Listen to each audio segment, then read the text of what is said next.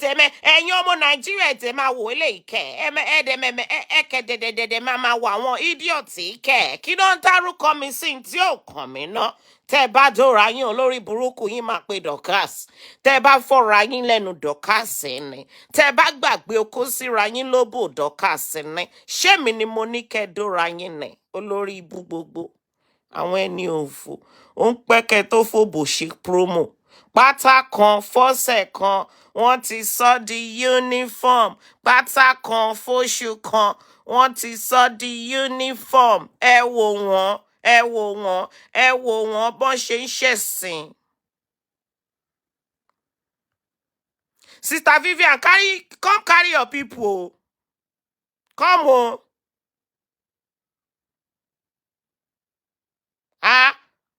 Come carry them o. I no sabi wetin dem dey do o. Wetin concern me for wetin dey happen for their life. Must they mention Dorkas?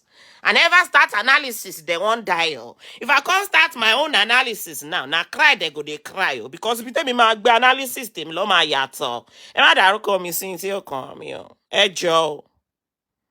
Ẹ jọ̀ọ́ o. Ṣé ẹ gbọ́ ṣé ti yín ò di o? Ẹ̀yin association of olórí burúkú. Ṣórí yín ò burú ẹ jọ̀ọ́ o. Ẹ jọ̀ọ́ o. Ẹ jọ̀ọ́ o. Mọ́mí Adébímpé ẹ jọ̀ọ́ ẹ bá wọn sọ̀rọ̀ màmá mi o. Ẹ̀yin ni ìyá mi tí mi mọ̀ o. Mọ́mí mi ẹ jọ̀ọ́ ẹ bá wọn sọ̀rọ̀ mà o. Olórí burúkú wọn ti ń yíwọ́ bọ̀ ṣẹ́ rí o. Ẹ̀yin tẹ́ wà lórí Facebook. Jẹ́jẹ́ mi ni mo jókòó. Jẹ́jẹ́ mi ni mo jókòó kò dẹ̀ kí ń ṣe kíni kò kí ń ṣe kíni kò kí ń bà nǹkan jẹ́ o. Ẹ bá wa sọ fún wọn. Wọ́n tún ti dé o. Zazu. Ó tún ti pọ̀ ńlẹ̀ o. Ẹ gbà wá o. Olórí burúkú Bukki Jesse pátá kan fóṣù kan olórí ibú sọ di uniform olórí burúkú olóbò wèrè olóṣì. Who is Bukki Jesse? Bukki Jesse òbó Bukki Jesse stink. Ó fẹ́ dó pastor jẹ́ ń fi yẹn sí ká fi yẹn ṣe advert ká máa lọ. Kí ló kàn mí pẹ̀lú kéèsì yín ẹ má dé ni. Jẹ́jẹ́ mo jókòó tẹ́ wá bá mi mo dẹ̀ ti mọ̀ pé ẹ fẹ́ wá du ọ̀gẹ̀dẹ̀ sí mi ní mo dẹ̀ yẹ orí mi kọ́ orí mi kọ́yà ẹlẹ́dàá mi kan tí ó sunwọ̀n orí mi kọ́yà ẹ bá wa gbé ọmọ ìjọ orí mi kọ́. Olórí burúkú Mrs. Van Dam ẹni ìyẹ́ ẹni òfò ẹni ayé òye olórí ibú kó sì lọ. ṣùgbọ́n Genesis sọ pé mo sẹ́ndì ìwòwò mi ó ní mo sẹ́ndì ẹ̀ sóhun. Kí ni wọ́n sẹ́ndì òwò sí? Kí ló sẹ́ndì òwò sí? Pásítọ̀ ní pásítọ̀ sí olórí burúkú olóṣì wèrè ọmọ ọ̀ràn kíran dárúkọ mi sọ̀rọ̀ tí ó kàn mí kó ṣánkú.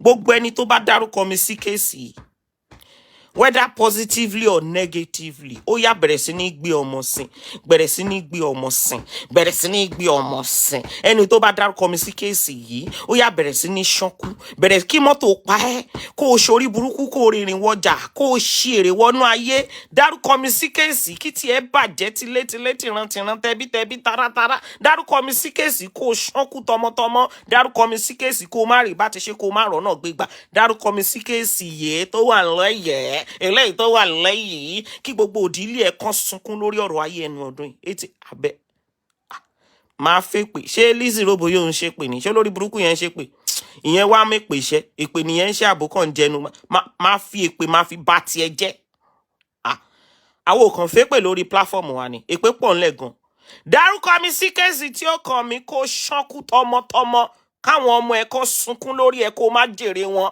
nínú ọdún yìí dárúkọ mi sí kéèsì yìí kó o má jẹ wọn mọ́ before the end of the year kó o gbẹ́mìí mi straight away ẹ fẹ́ ṣoríire ni tí yín fẹ́ bàjẹ́ tìdílé tìrantìran ni ẹ fẹ́ kú síbi táṣọ yín wà irú rọ́bìṣì wo nìyẹn wọ́n sọ fún yín pé mi ò nídìí pampering mo nídìí pampering o mo nídìí ẹ̀ gan ẹ jẹ́ pamper mi show me love mo nídìí attention ta ni kéèsì wèrè ta ni kéèsì orí burúkú kí ló kàn mí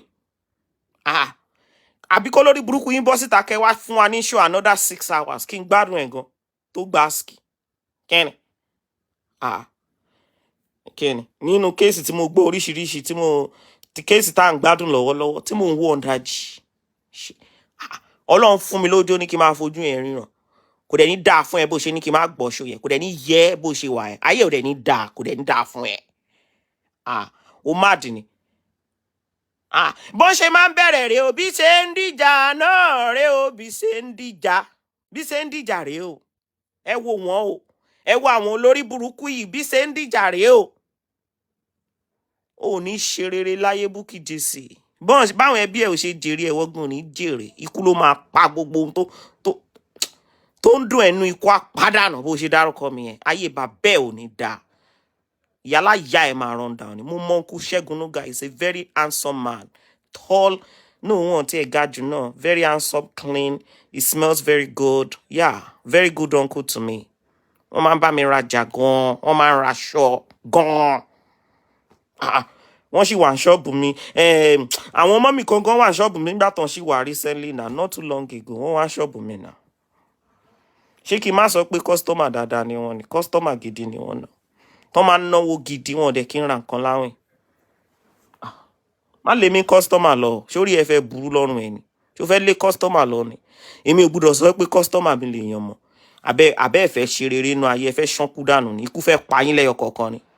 Ayé yín fẹ́ bàjẹ́ ni.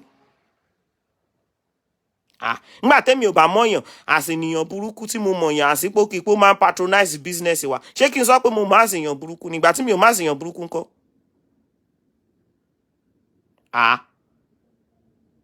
Uncle Segun Nuga is a good uncle. He comes to my shop, he patronizes my business. Yeah. That's the only thing I know him for. I don't know him for any other thing. Ẹ̀yin lẹ ń ṣe show fún wa tẹ́ ń sọ otherwise fún wa dẹ̀ ń gbádùn yín. Fún wa ń show à ń gbọ́ show.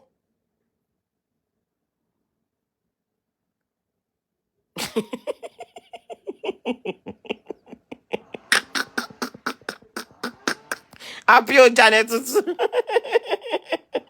Ìwọ́n dá wọn lónìí. Kí ló ṣe wá kan rú àwa? Ẹjọ́ kò ń ṣe gbogbo Ṣẹ́gun ni ò dá. Gbogbo àwọn Ṣẹ́gun tí mo mọ̀ wọ́n dá. Very handsome and very cute. And they all smell good. Ẹ bá mi kọ́ Ṣẹ́gun Ṣẹ̀gẹ́. Uncle Segun, good customer. Ẹ bá kọ síbẹ̀ Uncle Segun, customer dáadáa ni. Nínú ṣọ́ọ̀bù wa, LPD Kucho, customer dáadáa ni. Uncle Segun Nuga, customer dáadáa ni. Nínú LPD Kucho, customer dáadáa ni. Customer dáadáa ni. Customer dáadáa ni. Fún tó ṣe yẹn, wàá wá fẹ́ kú, máa wá. Níbi táyé ẹ̀ máa bàjẹ́ dé Bukki Jesse, mo máa post photo Uncle Segun Nuga sórí page mi. Good morning, my uncle. God bless you, sir. Ò ní ṣe rere láyé bó ṣe dárúkọ mi yẹn. Òfò ló máa jẹ́ tí ẹ bẹ́ ò ṣe dárúkọ mi yẹn. In tó máa wá bí yín nú ni màá máa ṣe ń sìn. Bẹ́ẹ̀ tí ẹ ṣe lọ pàdé àpòpọ̀ tẹ́ ẹ dárúkọ mi yẹn, ayé yín ti bàjẹ́. Uncle Segun Nuga lọ́dọ̀ títí wa customer dáadáa ni. Yeah, a very good customer. Good customer nínú ṣọ́ọ̀bù wa. Wọ́n máa ń raṣọ. Wọ́n á raṣọ kò kí ń ṣe wọn kí ń raṣọ ọkùnrin o. Aṣọ obìnrin l'Uncle Segun máa ń rà. Mi ò dẹ̀ mẹ́ntọ́ rà fún. Kò kàn mí. Ewu ń tèmi. Ó ṣe wá kan rà wọ́n. Àyè wa dá.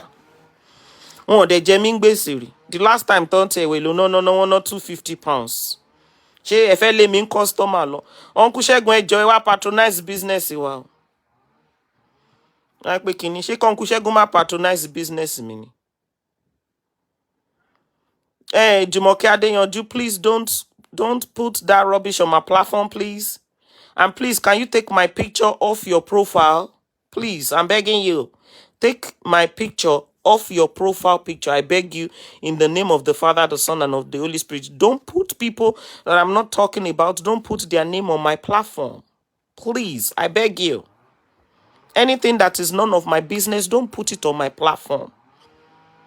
Last time, tán wá sínú ṣọ́ọ̀bù mi, wọ́n patronize mi, wọ́n ra ọjà £250, wọ́n jẹ mí ń gbèsè. Customer dáadáa l'Uncle Segun lọ́dọ̀ mi. Èèyàn rere l'Uncle Segun lọ́dọ̀ mi o. Customer dáadáa l'Uncle Segun lọ́dọ̀ wa. Láìpẹ́ ọjọ́ ẹ ó jẹ́ kí sàníyà o. Customer dáadáa l'Uncle Segun nínú ṣọ́ọ̀bù wa. Èmi ò bá má dáńkà sí fún customer tèmi tó máa ń wá raṣọ. Mi ò bá má dúpẹ́ lọ́wọ́ wọn. Ẹ̀yin aṣòṣì máa mọ̀. Mi ò bá má ta aṣọ. Uncle Segun ẹ jọ̀ọ́ o. Ẹ wá rajà lọ́dọ̀ tiwa o. Thank you very much, jàre ọmọládélé mi. Olórí burúkú ọmọ òfò Bukki jèsè tí ò ní ṣoríire. Táyé ẹ̀ máa ṣánkú mọ́ gbogbo àwọn tó ní lójú. Tó máa ṣòfò ẹ̀mí, tó máa ṣòfò ara. Tí ò ní ṣoríire inú ayé. Olórí burúkú ọmọ àlè. Wọ́n ní nǹkan sensitive ó ń lọ. Ṣó yẹ kó o porúkọ mi sí? Ṣé kò yẹ kó o fi sensitive yẹn kó o fi sínú òbò ẹ̀? Kó jẹ́ kó kì pamọ́ bẹ́ẹ̀ kó lo dildo ready. Olórí burúkú ọmọ ìyà. Ọmọ òfò. Eléyìí tó ṣe lọ́jọ́ kìíní àná jọ nítorí ọlọ́mbo ló gbé ẹ dé. Ṣé mo dẹ̀ ti kúrò lórí Facebook? Olórí ibú. Dorkas, you must leave this Facebook. We don't want you to come on Facebook again. I want you to come and just buy your and sell your clothes. Ṣé aṣọ lásán ni mo dẹ̀ ń tà ń sìn? Ayé ìyá ẹ ò ní dá, kò ní dá fún Gilbert Jesse òfò ló máa ṣe. Ṣaṣọ lásán mo ń tà ń sìn. Ó rí pé mo ti dákẹ́ àbí mo ti dákẹ́ ni. Ọjọ́ wo lẹ máa lóòdù òbò mi? Torí òbò mi ni kù tí mo fẹ́ rí báyìí. Ẹ̀yin tẹ́ máa ṣánkú nínú ayé. Olórí burúkú. Come out for me again, I give you another pepper dem show. Ṣé ẹlẹ́fẹ̀ẹ́ nísinmi? Màá tún fún ẹ ní another. The next show tí mo máa ṣe, ó máa pepper ìyá yín gan. Tẹ́ bá tún dárúkọ mẹ́. The next one tí mo máa ṣe, ó máa pepper ìyá yín gan. Gan ni.